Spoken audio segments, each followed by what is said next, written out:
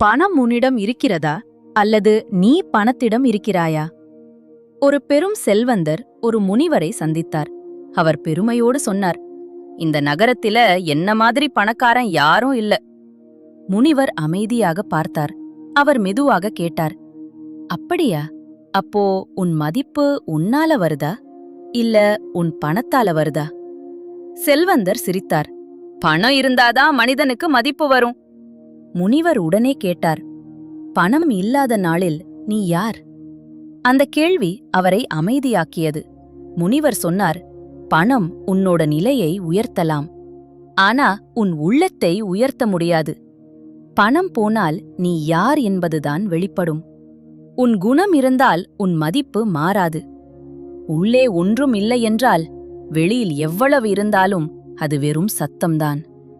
பணம் இல்லாத நாளில் நீ யார்?